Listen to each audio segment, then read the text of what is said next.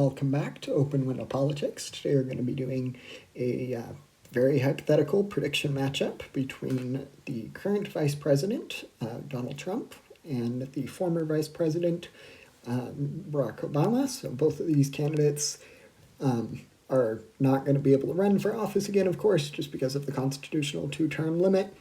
But I thought it would be interesting to do kind of a funny prediction between these two candidates if for some reason the third term constitutional law was dropped for either of these candidates. I think it would be a funny hypothetical matchup, so we'll just be going between these two candidates.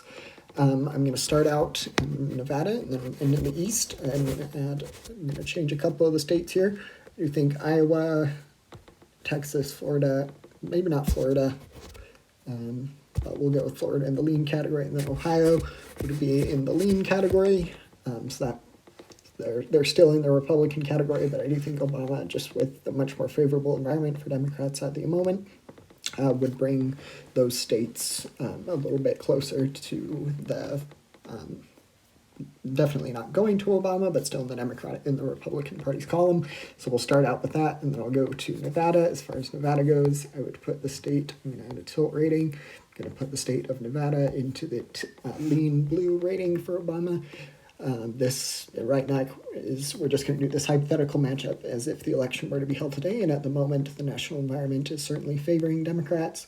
We've seen that time and time again in the special elections. It'll be interesting to see what happens during the midterms in November.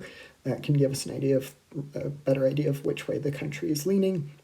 But as far as Nevada goes, I think that will be one of the easier states for Democrats to flip back into the Democratic Party's column. The state has had a fairly consistent history of voting for Democrats. Nevada does have a Republican governor as well as 2 Democratic senators, so the state has certainly been known for electing people from both parties. The state also went for Trump in 2024.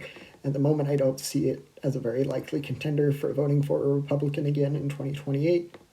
But you never know for sure. But at the moment, if I were to do a prediction between these two candidates, I would put it in the lean blue rating. And then Arizona, even in 2008 and 2012, Obama was able to win the state of Arizona. In 2008, that was McCain's home state, of course, so he had some home state advantage.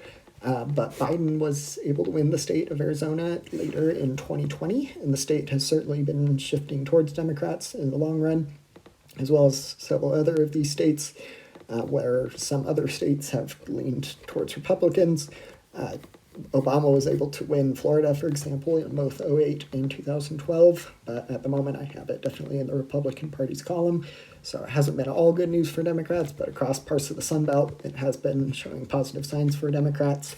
So that is going to be the state of Arizona, 11 electoral college votes. And then Georgia is also another state where Obama didn't win it in 2008 or 2012.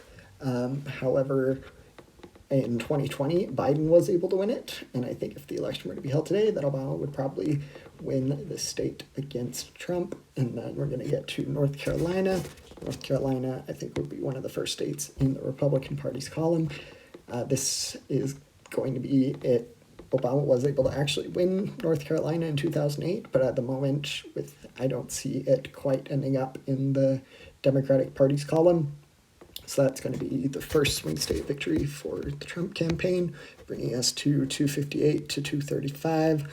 And then we'll start out with Michigan. I think Michigan would probably be the most likely. The Rust Belt in general has become more Republican friendly. Trump, of course, was his key to success in 2016. Prior to that, went to Obama, and in 2012, Romney hoped to win the state of Wisconsin. Ultimately, it went blue.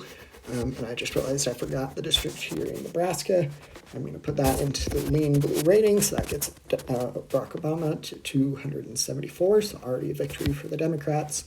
And I do think the environment will get better for Democrats, with the states of Wisconsin and Pennsylvania also ending up in Obama's column. So with that brings us to 303 to 235.